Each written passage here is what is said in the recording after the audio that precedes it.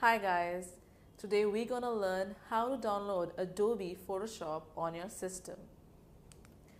The current version of Adobe Photoshop is 2007 CC and we can download it from the Adobe's official site. So let's see how. So it's gonna take a couple of seconds till we get that in our video. So you can buy the Adobe Photoshop current version CC 2017 from their official website from the link over here. And Adobe software comes for monthly subscriptions, annual subscriptions, or their amazing benefits for teachers and students. If you are still not ready to going ahead and buying that software, you can download a trial version on your system, learn Photoshop, play around Photoshop, and enjoy Photoshop till the time you're ready to buy the full official version.